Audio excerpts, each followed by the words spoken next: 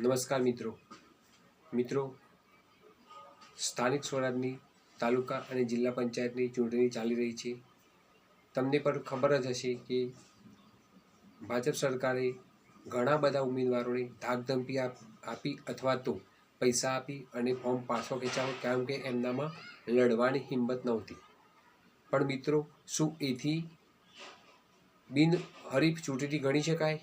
ના, કારણ કે તમે યાદ કરો, જે લોકો વોટ આપતા હશે એમને ખબર હશે કે એક નોટાનું બટન આપવામાં આવ્યું છે। જો વોટિંગ કરવામાં આવે અને નોટાના બટનમાં વધારે વોટ આવે તો કાયદેસર એ ઉમેદવારને જીતેલો ના ગણાય અથવા બિનહરીફ ના ગણાય, નહીંતર એ નોટાનું બટન શું કામનું?